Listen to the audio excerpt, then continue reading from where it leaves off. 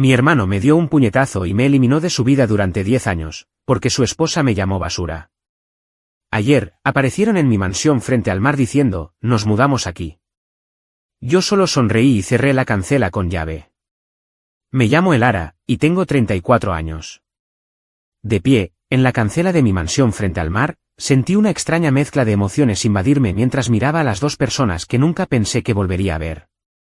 Mi hermano, Mateo, y su esposa, Catalina, estaban allí de pie, con el equipaje a sus pies y la desesperación en los ojos, mientras me suplicaban que los dejara mudarse conmigo. Hace 10 años, Mateo me dio un puñetazo en la cara y cortó toda relación conmigo, solo porque Catalina me llamó basura y yo me atreví a confrontarlos por ello. Antes de contarte qué decisión tomé ese día, déjame saber desde dónde me estás viendo y suscríbete si tú también has tenido que lidiar con familiares tóxicos. Crecí en un barrio de clase media en Boston con mis padres y mi hermano mayor, Mateo.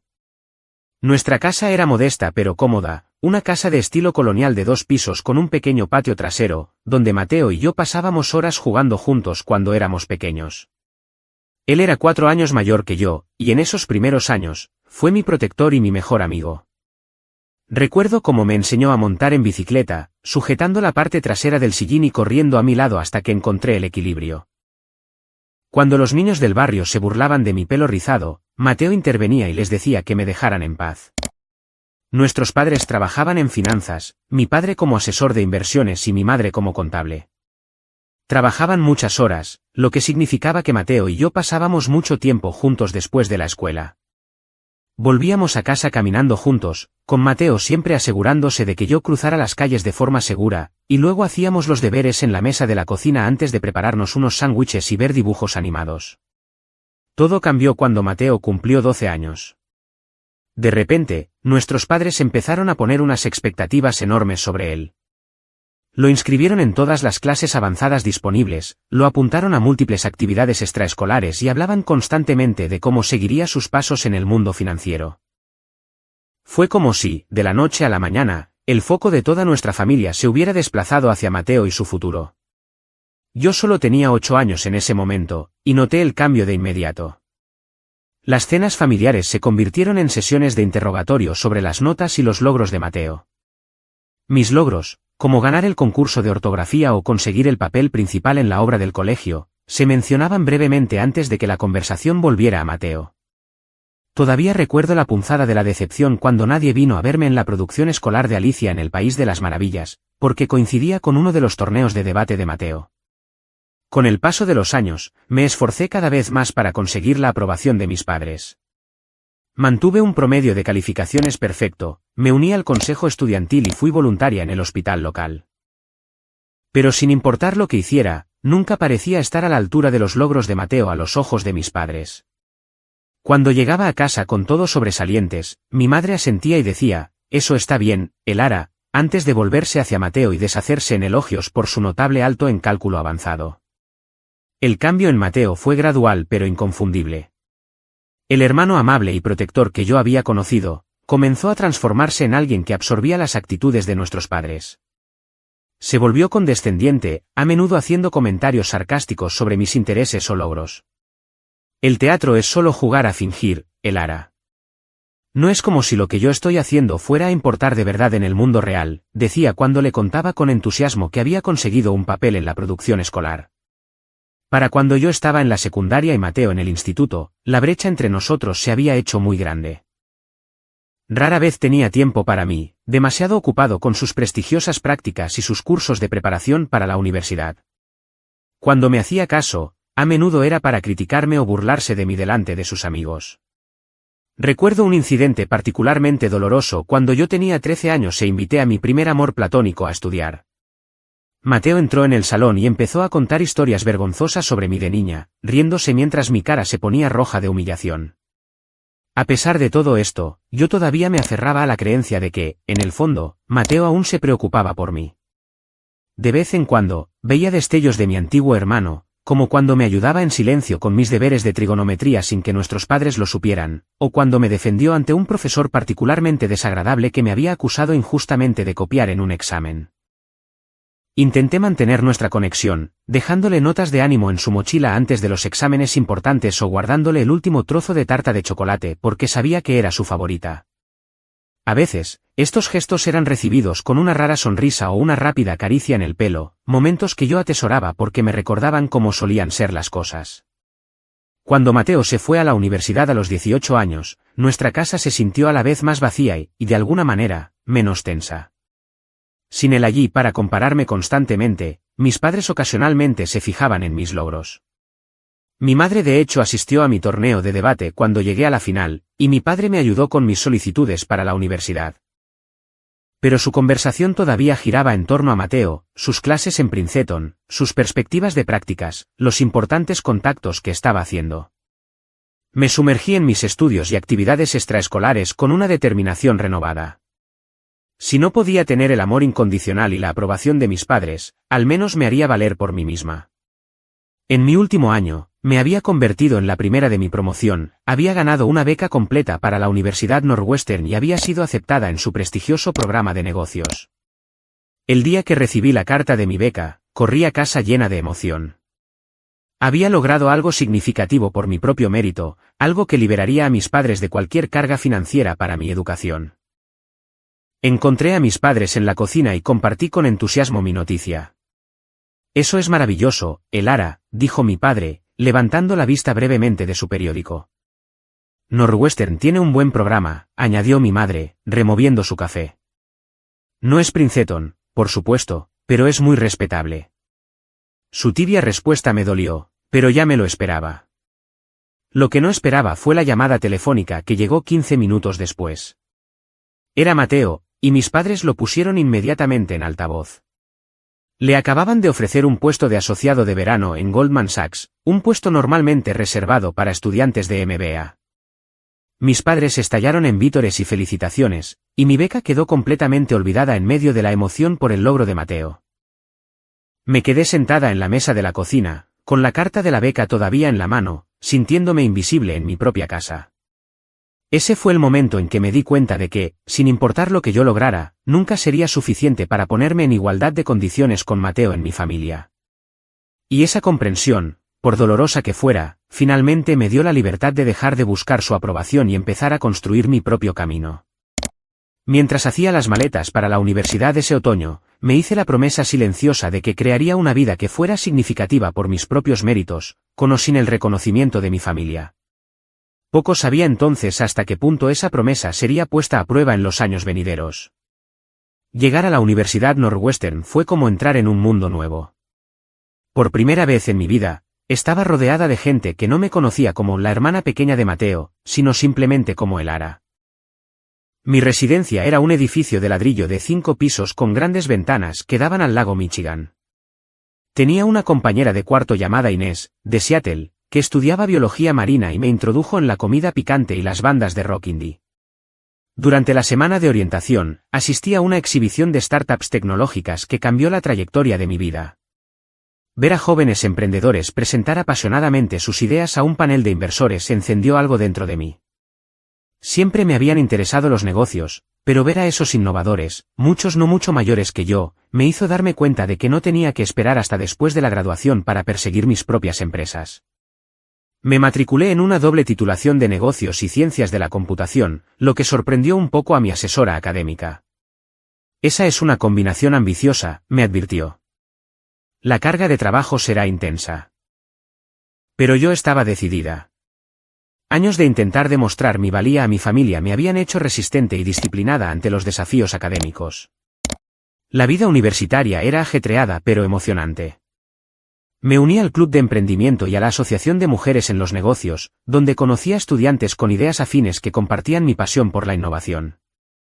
Durante mi segundo año, comencé a desarrollar una idea para una aplicación móvil que ayudaría a las pequeñas empresas a gestionar su inventario y a conectar con proveedores locales.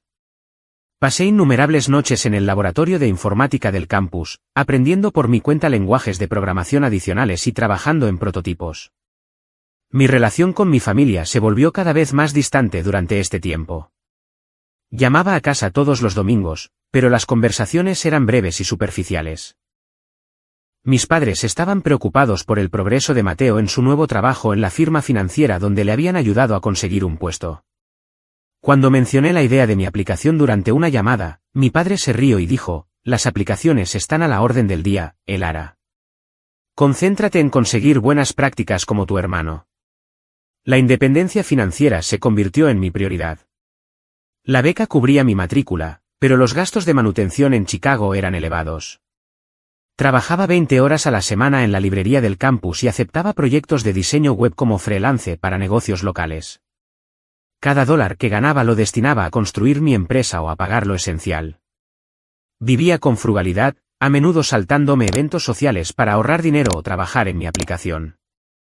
Durante mi tercer año, conocí al profesor Lorenzo Bennett en un concurso de presentación de negocios. Lorenzo, un ex ejecutivo tecnológico que había vendido su empresa por millones antes de dedicarse a la academia, vio potencial en mi idea y se ofreció a ser mi mentor. Bajo su guía, perfeccioné mi plan de negocio y aprendí sobre cómo conseguir financiación. Tienes algo especial aquí, Elara, me dijo Lorenzo después de revisar mi último prototipo. Pero tienes que pensar en grande. Esto podría ayudar no solo a las empresas locales, sino crear una red que abarque regiones enteras. Con el ánimo de Lorenzo, solicité plaza en el programa de incubadora de startups de la universidad y fui aceptada. Esto me dio acceso a un espacio de trabajo, recursos y contactos con posibles inversores. Formé un pequeño equipo de compañeros de estudios que creían en mi visión, Itzel, una programadora brillante, Adrián, un estudiante de marketing con ideas creativas, y Joaquín, que entendía de logística de la cadena de suministro. El verano anterior a mi último año, lanzamos una versión beta de la aplicación llamada SupplyLink con 20 empresas locales en Chicago. La respuesta fue prometedora, pero rápidamente descubrimos fallos en nuestro modelo. Varias empresas se retiraron, citando problemas con la interfaz de usuario y dificultades de integración con sus sistemas existentes. Fue mi primera experiencia real con el fracaso, y me golpeó duro. Recuerdo llamar a Lorenzo llorando desde mi diminuto apartamento, lista para rendirme. Esto es parte del proceso, me aseguró.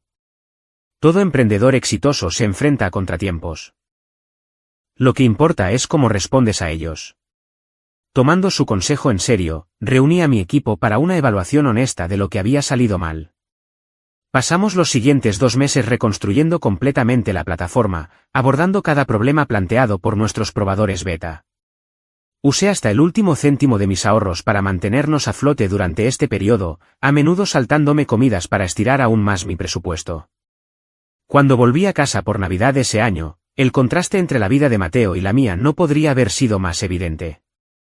Él acababa de ser ascendido en su firma y había comprado un lujoso apartamento en el exclusivo barrio de Back Bay en Boston. Mientras tanto, yo llevaba ropa de segunda mano y había perdido peso por mis hábitos alimenticios irregulares. «Se te ve cansada, Elara», comentó mi madre durante la cena de Navidad. «Quizás deberías reconsiderar este negocio de la aplicación. Hay un puesto de nivel inicial en la empresa de tu padre que podría venirte bien después de la graduación». «Estoy bien, mamá», respondí, tratando de ocultar mi frustración. SupplyLink está pasando por algunas dificultades de crecimiento, pero estamos progresando. Mateo sonrió con suficiencia desde el otro lado de la mesa. SupplyLink suena como una página de citas para trabajadores de almacén. Nuestros padres se rieron, y sentí esa familiar punzada de ser el chiste de la familia. Pero algo había cambiado en mí. En lugar de encogerme ante su desdén, me encontré describiendo con calma nuestro nuevo modelo de negocio y el mercado potencial al que nos dirigíamos. Puede que no lo entendieran ni lo aprobaran, pero yo ya no lo necesitaba. Después de la graduación, mientras la mayoría de mis compañeros se entrevistaban para puestos corporativos, decidí apostar todo por SupplyLink. Relanzamos con nuestra plataforma mejorada y comenzamos a ver un crecimiento constante. Lorenzo me presentó a algunos inversores ángeles que proporcionaron suficiente financiación para mudarnos a una pequeña oficina y contratar a 2 desarrolladores adicionales. El primer año fue agotador. Trabajaba 16 horas al día, 7 días a la semana. Hubo momentos en los que cuestioné mi decisión, especialmente cuando veía las actualizaciones de Mateo en las redes sociales, viajando a lugares exóticos por reuniones de negocios o mudándose a una casa aún más grande, todo con el continuo apoyo financiero y emocional de nuestros padres. Pero poco a poco, SupplyLink comenzó a ganar terreno. Las pequeñas empresas de Chicago empezaron a recomendarnos a sus homólogas en ciudades vecinas. A los 18 meses, teníamos más de 300 empresas utilizando nuestra plataforma y nos habíamos expandido a 3 estados. Aún no éramos rentables, pero crecíamos de manera constante.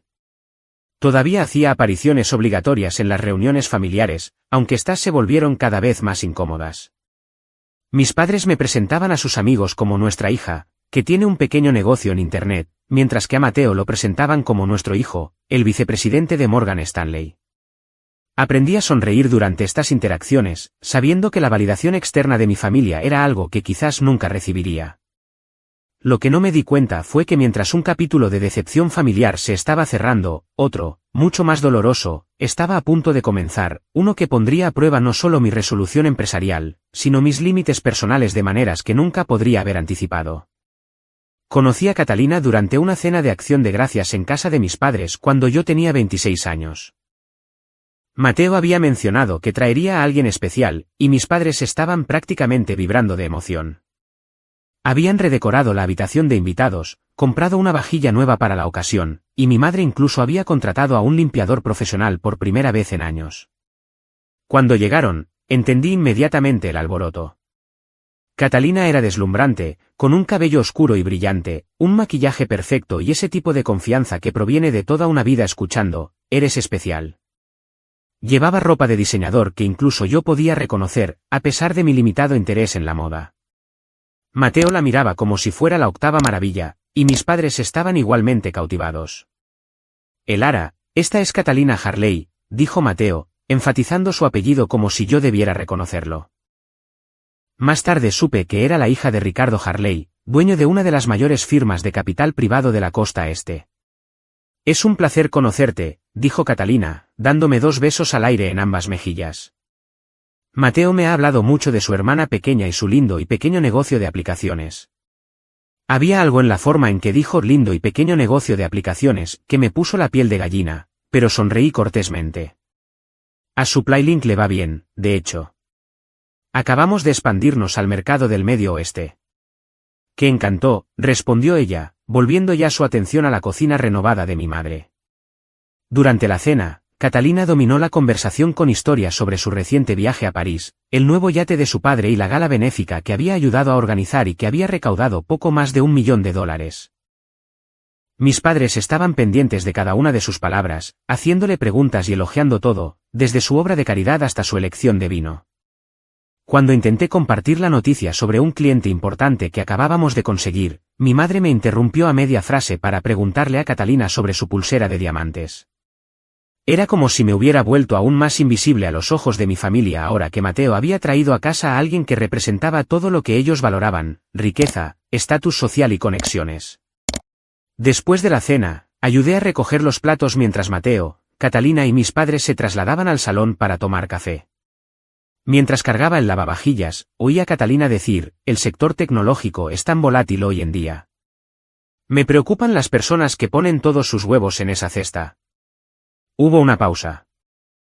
Luego, añadió en voz más baja, especialmente cuando no tienen la educación o la formación adecuada para ello. Sentí que mis mejillas ardían de ira y vergüenza, sabiendo que hablaban de mí. Pero respiré hondo y me recordé a mí misma que mi valía no estaba determinada por las opiniones de Catalina ni por la aprobación de mi familia. Durante los meses siguientes, Mateo y Catalina se pusieron cada vez más serios. Aparecieron en un reportaje de la revista Boston Magazine sobre parejas influyentes menores de 30, y mis padres no podían dejar de hablar de lo increíblemente bien que encajaban. Durante una llamada telefónica, mi madre me sugirió, no muy sutilmente, que tal vez debería dejar que Mateo te presente a algunos de sus colegas, ya que no me estaba haciendo más joven. «Estoy centrada en hacer crecer mi empresa ahora mismo, mamá», respondí.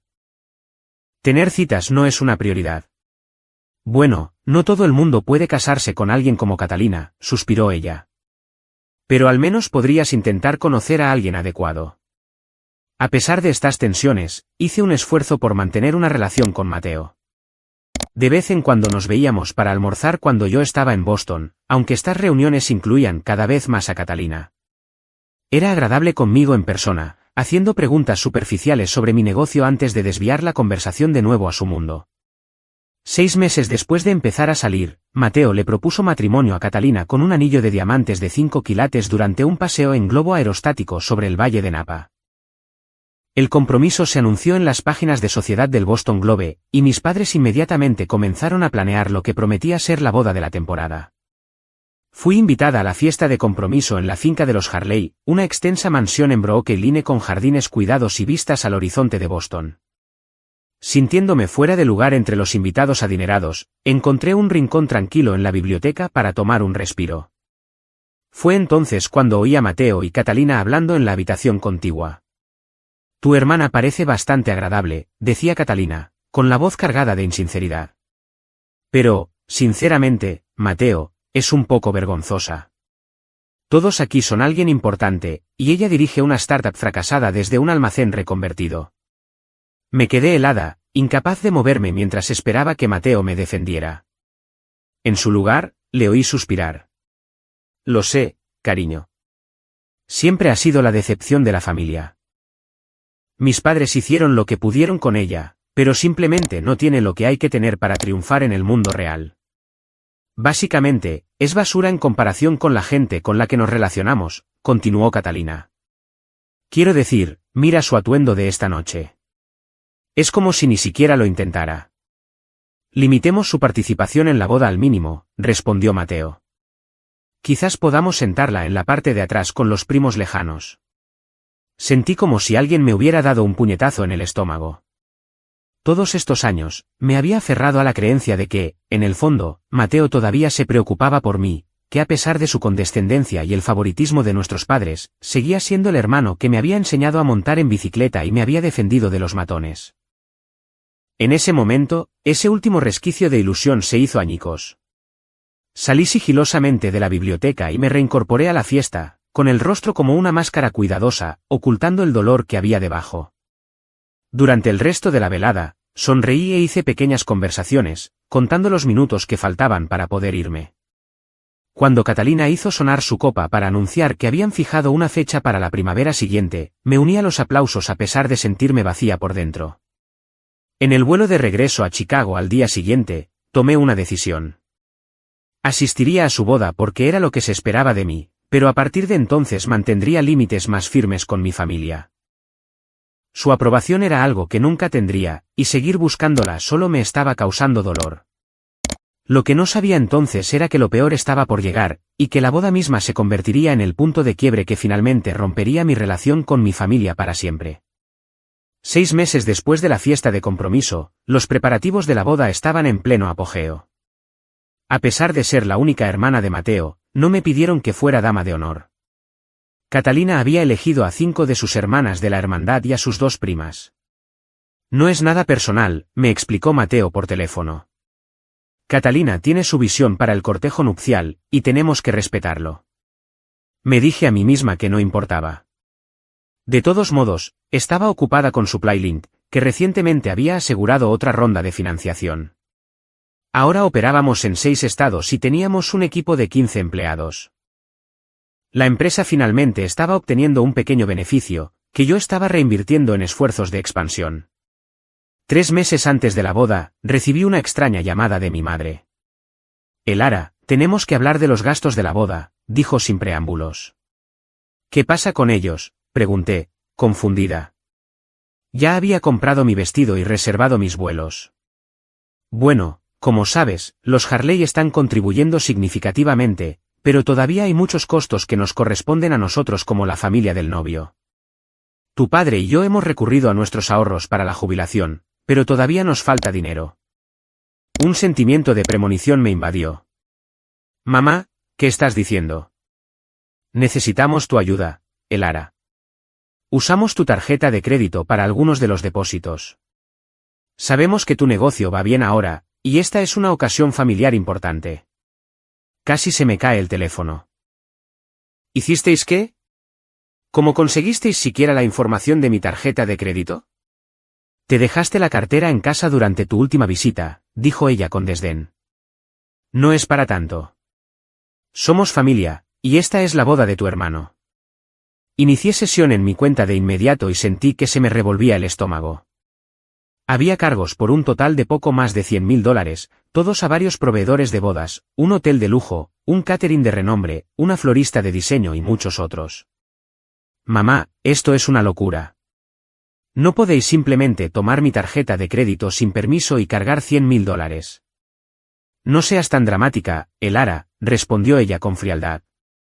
Mateo haría lo mismo por ti. Esto es lo que hace la familia. Además, no es como si no pudieras permitírtelo ahora que tu pequeña aplicación está ganando dinero. Me quedé sin palabras, llena de rabia e incredulidad. No solo me habían robado, sino que actuaban como si yo estuviera obligada a aceptarlo. Quiero que devolváis cada cargo de inmediato, dije cuando finalmente pude hablar. No es una petición. Es un robo, y es ilegal. No puedo creer lo egoísta que estás siendo, exclamó mi madre. Después de todo lo que hemos hecho por ti. Este es el día especial de tu hermano. ¿Qué habéis hecho exactamente por mí?, le respondí. Me pagué la universidad con una beca, construí mi negocio sin ningún apoyo vuestro, y ahora me robáis y me llamáis egoísta. La conversación se deterioró a partir de ahí, y mi madre finalmente me colgó después de llamarme hija desagradecida.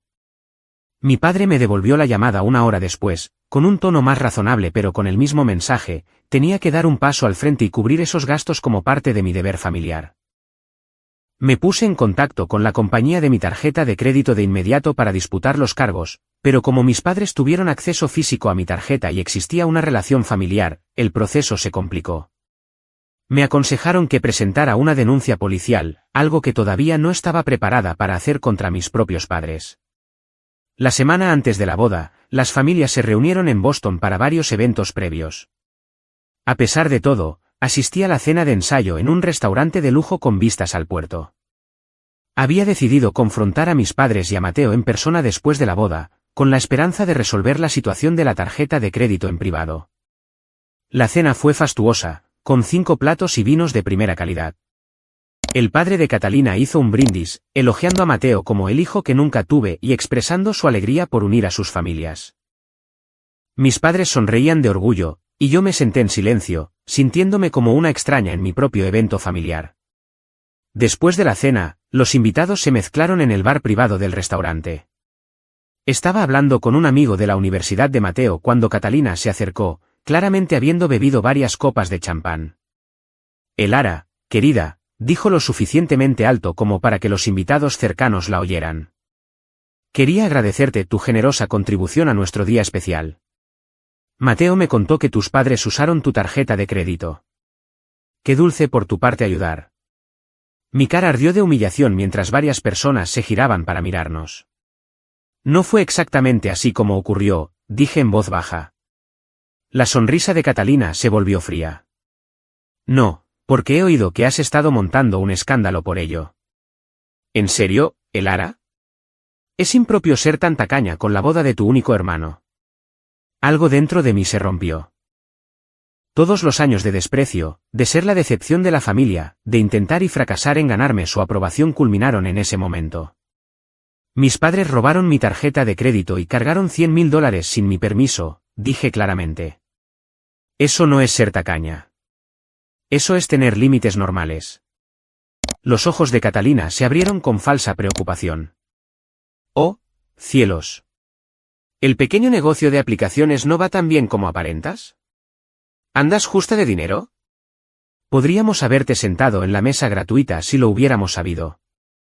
Mi negocio va bien, respondí, luchando por mantener la compostura. Esto es una cuestión de respeto y decencia básica, conceptos que claramente no entiendes. ¿Cómo te atreves a hablarle así a mi prometida? La voz de Mateo vino desde detrás de mí. Se había acercado sin que me diera cuenta y claramente había oído el final de nuestra conversación. Me volví para enfrentarlo. Mateo, me está humillando deliberadamente en público, y ni tú ni nuestros padres teníais derecho a usar mi tarjeta de crédito sin permiso. Pensamos que querrías contribuir, dijo él con desdén.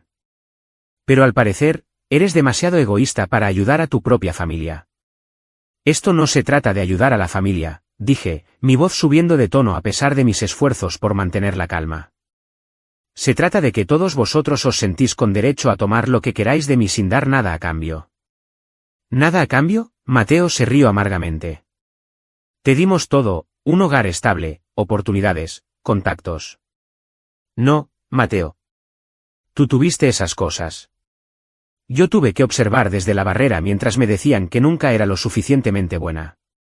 Varios invitados estaban observando abiertamente ahora, y Catalina parecía estar disfrutando del espectáculo. Te dije que era basura, le susurró a Mateo de forma teatral. Sin ninguna clase, montando una escena en nuestra cena de ensayo. Fue entonces cuando cometí el error de revelar lo que había oído en la fiesta de compromiso. Os oí a ambos esa noche, ¿sabéis? En la biblioteca de casa de tus padres. Te oí llamarme basura y una decepción. Y oí a Mateo estar de acuerdo contigo. El rostro de Mateo se contrajo de ira. Nos estabas espiando. No estaba espiando. Estaba en la habitación de al lado, y no es que estuvierais susurrando precisamente. Lo que sucedió a continuación ocurrió tan rápido que apenas tuve tiempo de reaccionar. La cara de Mateo se puso de un rojo intenso, antes de que me diera cuenta, su puño impactó contra mi mejilla, haciéndome tropezar hacia atrás contra una mesa de cóctel. La habitación se quedó en silencio. Me toqué la cara en estado de shock, sintiendo el escozor donde sus nudillos habían hecho contacto. Un pequeño hilo de sangre brotó de la comisura de mi boca. Fuera, dijo Mateo, su voz baja y peligrosa. Vete y no vuelvas. No eres bienvenida en mi boda ni en mi vida nunca más. Nadie se movió para ayudarme o para condenar la acción de Mateo, ni mis padres, que estaban congelados a unos metros de distancia, ni ninguno de los invitados que habían presenciado la agresión. Catalina parecía casi satisfecha, pasando su brazo por el de Mateo como para apoyarlo en este difícil momento. Recogí mi bolso y salí del restaurante, con las lágrimas nublando mi visión. Afuera, llamé a un taxi y volví a mi hotel, donde empaqué mis pertenencias con manos temblorosas. Tomé el primer vuelo de regreso a Chicago a la mañana siguiente. La boda se celebró según lo previsto 2 días después, sin mí. La compañía de mi tarjeta de crédito finalmente resolvió la mayoría de los cargos disputados, aunque el proceso llevó meses y dañó temporalmente mi historial de crédito. Nunca recibí una disculpa de mis padres ni de Mateo. De hecho, no volví a saber de ninguno de ellos durante mucho, mucho tiempo. Esa noche lo cambió todo. La agresión física fue la última línea que se cruzó. Pero, en verdad, la relación se había roto mucho antes de que el puño de Mateo hiciera contacto con mi cara. Mientras volaba a casa esa mañana, me hice una promesa: construiría una vida tan plena y rica que su ausencia no sería más que una nota a pie de página en mi historia. Los primeros meses después del incidente de la boda fueron algunos de los más oscuros de mi vida. Me sumergí en el trabajo para evitar procesar el dolor, a menudo quedándome en la oficina hasta altas horas de la madrugada. Mi equipo notó el cambio en mí, las ojeras bajo mis ojos, mi mal humor, pero yo desviaba sus preocupaciones hablando de objetivos de expansión y oportunidades de mercado. Lorenzo fue el único en quien confié. Nos reunimos para tomar un café una tarde lluviosa, y finalmente me derrumbé, contándole todo lo que había sucedido con mi familia. Escuchó sin interrupción, su expresión cada vez más preocupada. Elara, dijo cuando terminé, lo que hicieron fue abusivo, tanto financiera como emocionalmente, y tu hermano te agredió físicamente. ¿Has considerado hablar con un terapeuta sobre esto? No lo había hecho, pero su sugerencia tenía sentido. Al día siguiente, encontré a una terapeuta especializada en trauma familiar, la doctora Pilar Martínez. Nuestras sesiones semanales se convirtieron en un ancla mientras navegaba por las complejas emociones de duelo, ira y liberación que vinieron con el corte de lazos con mi familia. El distanciamiento familiar es más común de lo que la gente cree, me dijo la doctora Martínez durante una sesión. Y a veces es la opción más saludable cuando la relación es consistentemente dañina. Mientras tanto, SupplyLink estaba creciendo más allá de mi visión inicial. Lo que había comenzado como una herramienta para que las pequeñas empresas gestionaran su inventario, se había convertido en una plataforma integral que facilitaba cadenas de suministro enteras.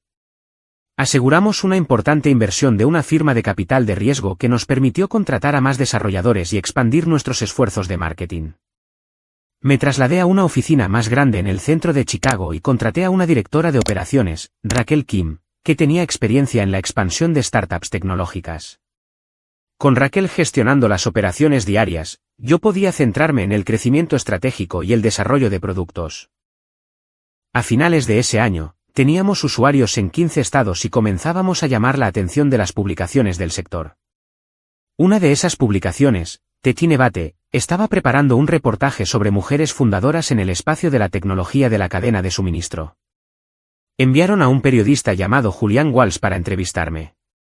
Julián fue considerado e hizo preguntas perspicaces sobre los desafíos que había superado para construir SupplyLink. Lo que estaba programado como una entrevista de 1 hora se extendió a 3 y terminó con Julián preguntándome si estaría interesada en continuar nuestra conversación durante la cena. Nuestra primera cita fue en un pequeño restaurante italiano en Lincoln Park. Julián era diferente a cualquiera con quien hubiera salido antes, genuinamente interesado en mis pensamientos y experiencias sin ninguna agenda oculta. Era un periodista de tecnología con formación en ingeniería, inteligente y compasivo, con un sentido del humor seco que me hizo reír por primera vez en meses. Mi situación familiar es complicada, le advertí en nuestra tercera cita. Es decir, ya no hablo con ninguno de ellos. La familia no es solo sangre, respondió él.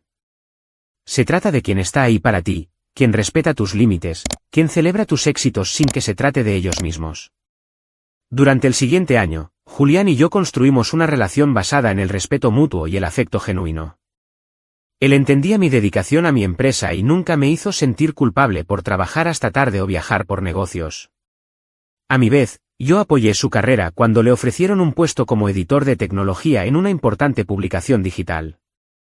Con SupplyLink prosperando y mi vida personal más estable, empecé a pensar en crear un hogar más permanente para mí.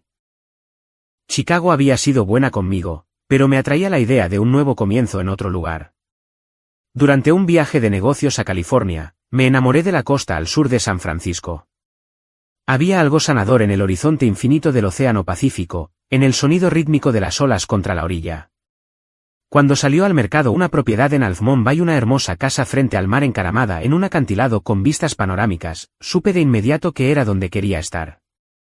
La casa era cara, más de $4 millones, pero SupplyLink me había hecho rica más allá de lo que jamás había imaginado.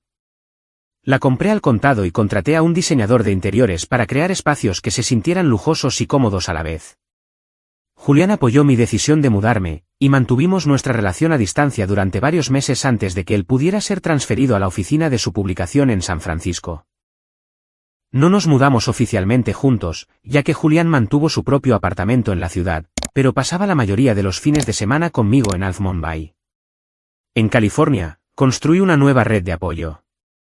Me uní a un foro de líderes empresariales y me hice amiga de otros emprendedores tecnológicos. Empecé a practicar yoga en la playa y a hacer senderismo, actividades que me ayudaron a sentirme arraigada y conectada con mi nuevo hogar. Lorenzo me visitaba varias veces al año, orgulloso de lo lejos que había llegado desde la nerviosa estudiante universitaria que había apadrinado por primera vez. Raquel continuó dirigiendo la oficina de Chicago de manera brillante, mientras yo establecía una oficina satélite más pequeña en San Francisco. SupplyLink se expandió internacionalmente, con usuarios en Canadá, el Reino Unido y Australia. Desarrollamos una aplicación móvil que permitía a los dueños de negocios gestionar su inventario desde cualquier lugar, lo que abrió mercados completamente nuevos. 4 años después del incidente de la boda, SupplyLink estaba valorada en más de $200 millones. Aparecí en la lista 40 menores de 40 de Forbes y fui invitada a hablar en conferencias de tecnología de todo el mundo. La mujer asustada y herida que había huido de Boston entre lágrimas se había transformado en una emprendedora segura y exitosa con una vida construida enteramente bajo sus propios términos. Ocasionalmente, me llegaban noticias de mi familia a través de contactos mutuos.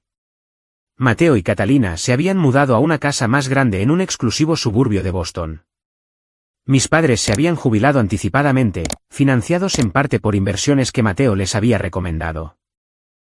Todos seguían moviéndose en los mismos círculos sociales, asistiendo a galas benéficas y eventos en el club de campo, sus vidas sin cambios, excepto por mi ausencia.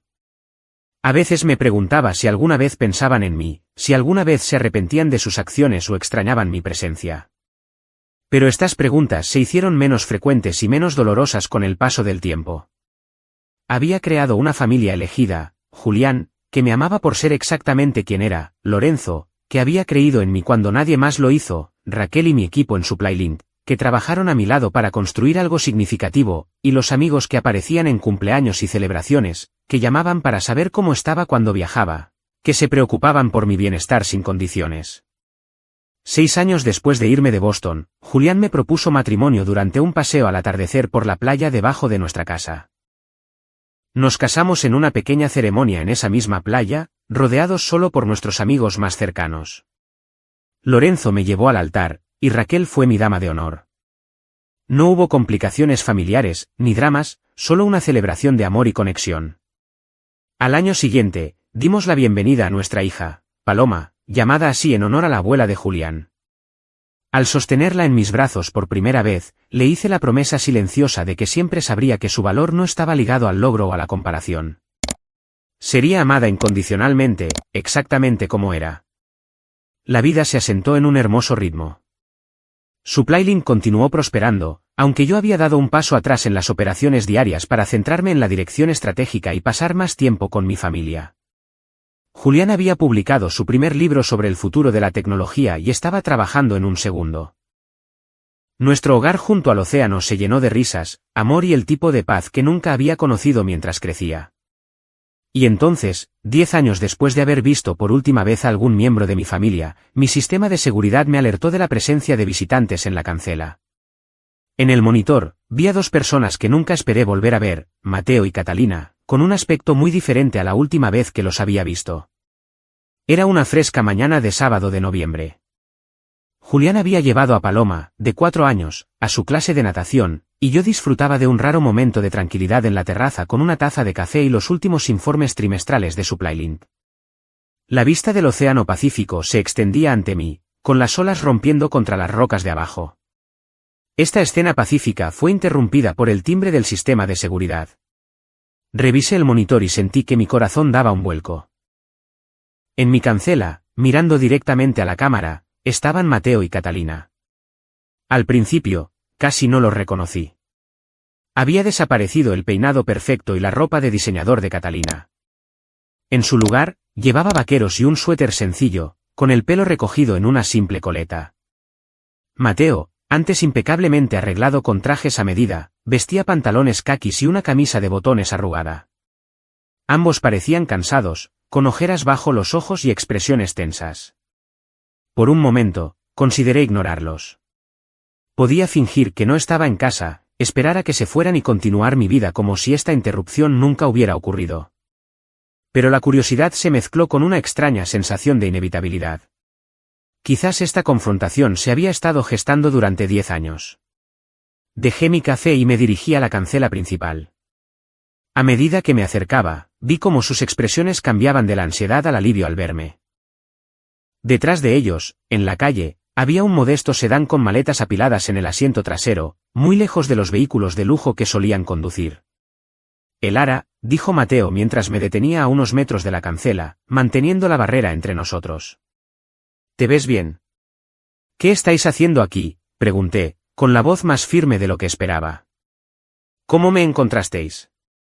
Catalina dio un paso adelante. Tu empresa apareció en Business Weekly el mes pasado. Mencionaron que vivías en Almond Bay. Preguntamos por ahí hasta que dimos con tu dirección. Eso no explica por qué estáis aquí, dije. Han pasado 10 años. 10 años desde que me pegaste y me dijiste que me fuera de tu vida. Mateo tuvo la decencia de parecer avergonzado. Lo sé, y no tengo derecho a estar aquí, pero no sabíamos a dónde más ir. ¿Qué pasó?, pregunté, aunque una parte de mí ya sospechaba la respuesta. Todo se vino abajo, dijo él, pasándose una mano por el pelo, que ahora noté que estaba veteado de gris a pesar de tener solo 44 años. La firma para la que trabajaba estuvo involucrada en algunas inversiones dudosas. Cuando todo salió a la luz, perdí mi trabajo. Luego el mercado se desplomó, y perdimos la mayor parte de nuestros ahorros. Tuvimos que vender la casa, añadió Catalina, su voz, antes altiva, ahora apagada. Y luego el apartamento. Hemos estado quedándonos con amigos, pero ya hemos abusado de su hospitalidad en todas partes. ¿Y mamá y papá?, pregunté. Mateo bajó la mirada al suelo. Ellos también lo perdieron casi todo. Habían seguido mis consejos de inversión, pusieron todo en los mismos fondos que yo gestionaba. Ahora viven en un pequeño apartamento en Florida, apenas sobreviviendo con lo que queda de su jubilación. Un pesado silencio cayó entre nosotros. Estudié sus rostros, buscando cualquier señal de las personas crueles y con derecho que me habían despreciado durante tantos años. Lo que vi en su lugar fueron dos individuos rotos, humillados por circunstancias para las que nunca se habían preparado. Elara, necesitamos un lugar donde quedarnos, dijo finalmente Mateo. Solo temporalmente, hasta que podamos recuperarnos. Tengo algunas perspectivas de trabajo, pero nada definitivo todavía. Y Catalina está intentando encontrar trabajo, pero sin un título o experiencia. ¿Queréis mudaros conmigo?, declaré sin rodeos, sin que la absurdidad de la situación se me escapara. Después de todo lo que pasó. Catalina asintió, con lágrimas asomando en sus ojos. No te lo pediríamos si tuviéramos otra opción. Literalmente, no tenemos a dónde más ir. Vuestros padres me hicieron esto, les recordé. Me robaron para pagar vuestra boda.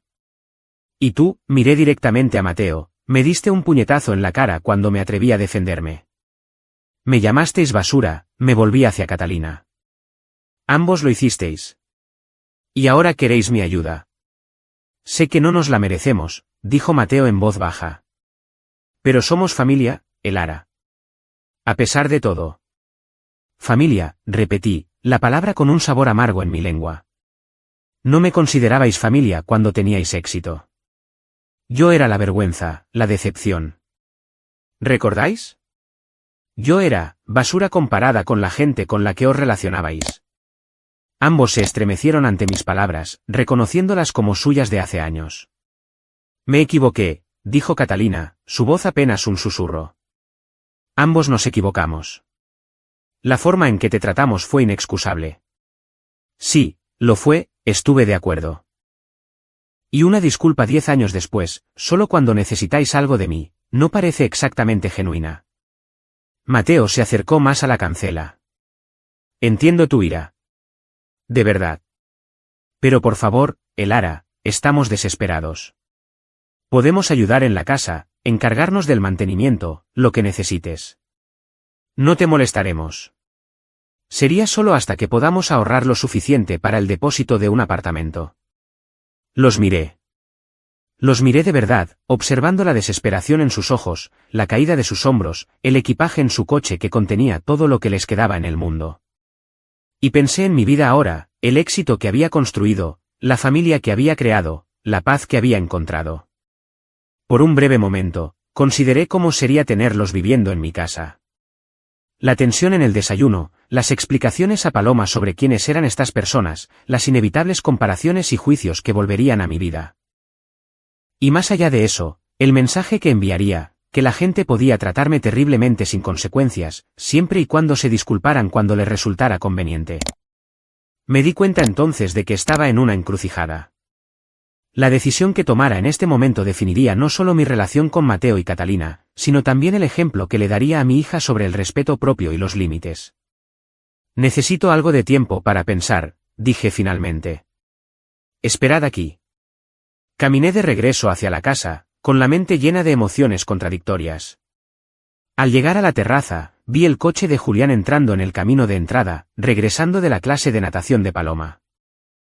Esperé a que se unieran a mí, observando cómo mi hija corría por el sendero, con el pelo mojado goteando sobre su bañador rosa, su rostro iluminado de emoción. Mami, hoy estuve bajo el agua durante 10 segundos, exclamó, rodeando mis piernas con sus brazos. Eso es increíble, cariño, dije, alisando su cabello húmedo. Estoy muy orgullosa de ti. Julián se acercó más despacio, con expresión interrogante al notar mi estado distraído. ¿Está todo bien? Respiré hondo. Mateo y Catalina están en la cancela.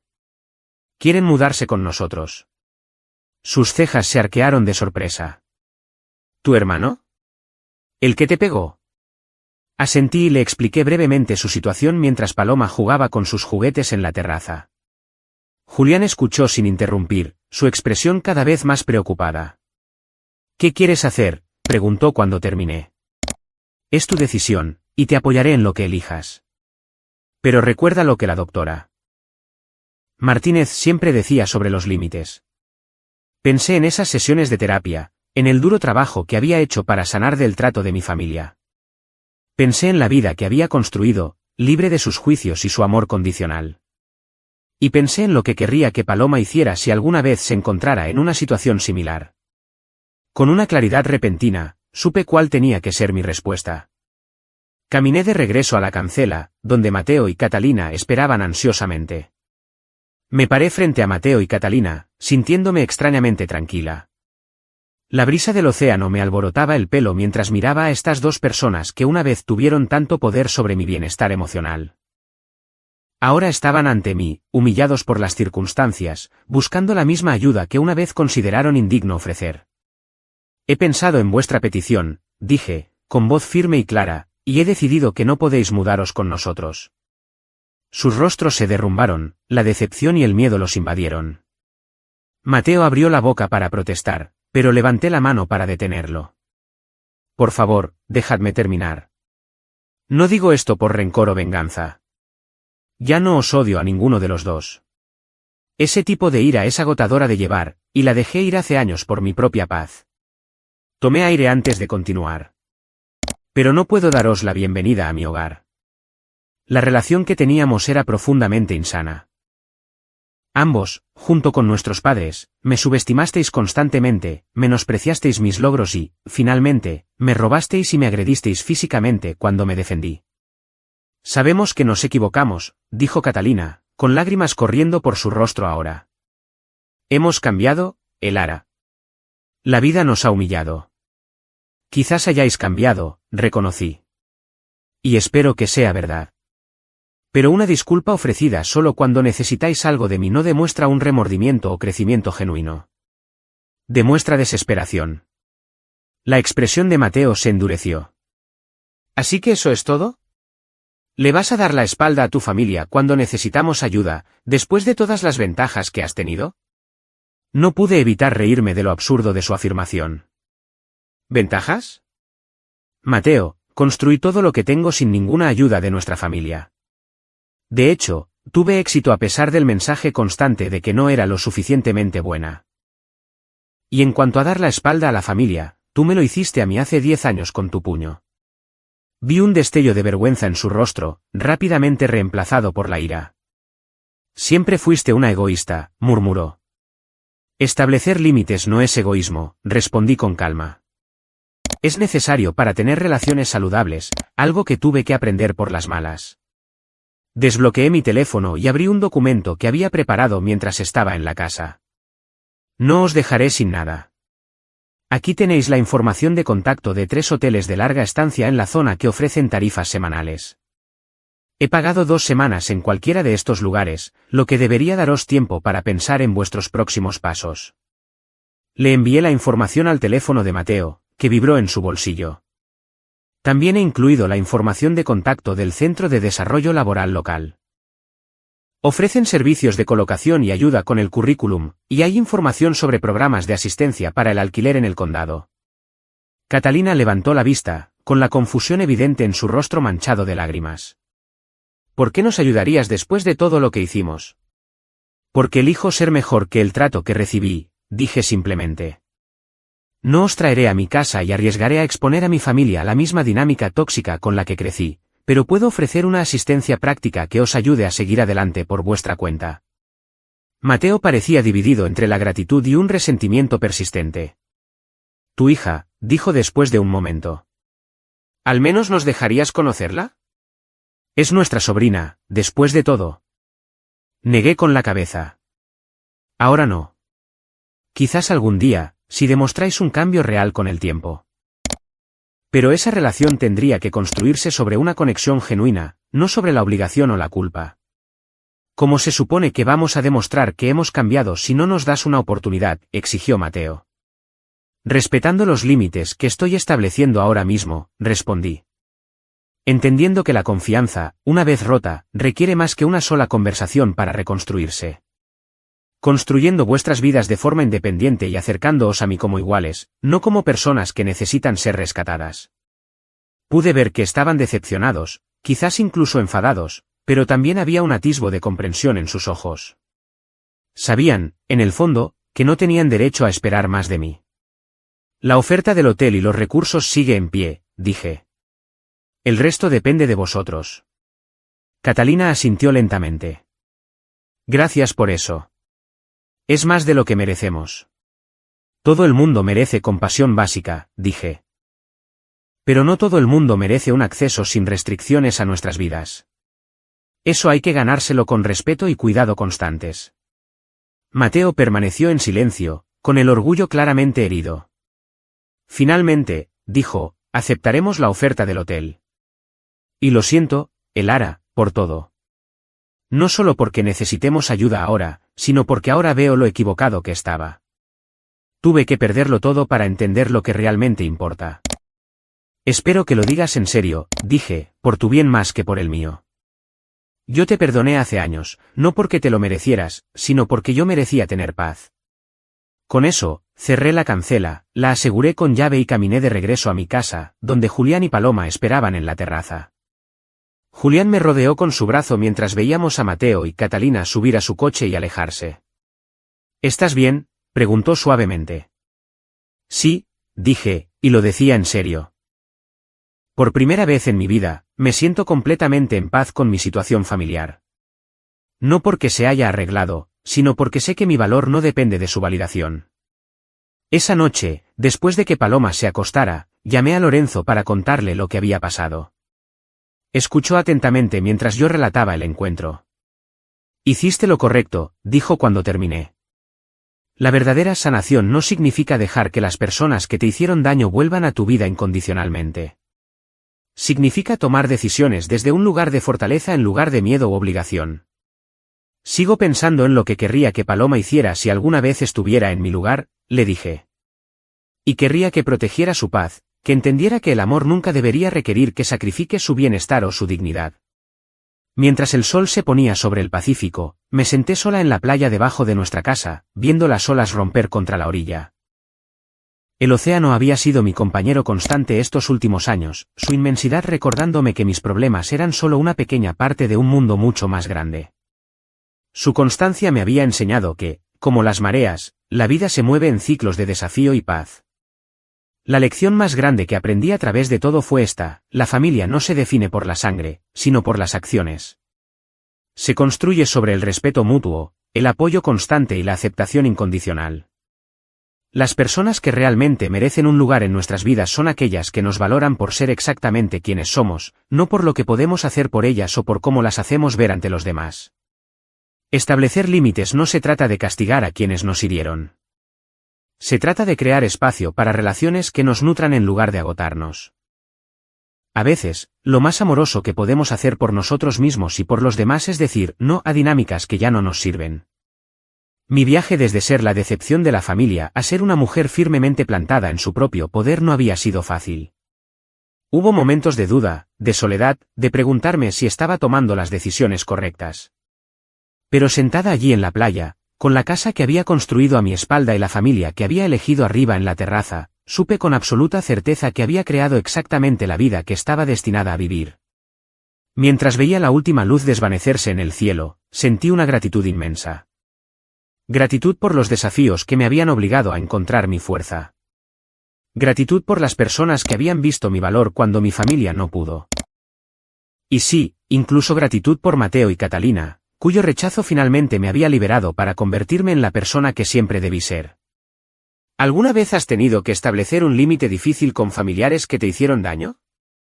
¿Cómo encontraste la fuerza para mantenerte firme cuando necesitaron algo de ti? Me encantaría leer vuestras historias en los comentarios de abajo. Si esta historia ha resonado contigo, por favor, dale al botón de me gusta y suscríbete a mi canal para más experiencias de vida auténticas. Recuerda, tu valor no lo determinan aquellos que no supieron verlo, sino tu valentía para honrarte a ti misma a pesar de su ceguera. Gracias por ver, y te deseo la fuerza para crear los límites que mereces en tu propia vida.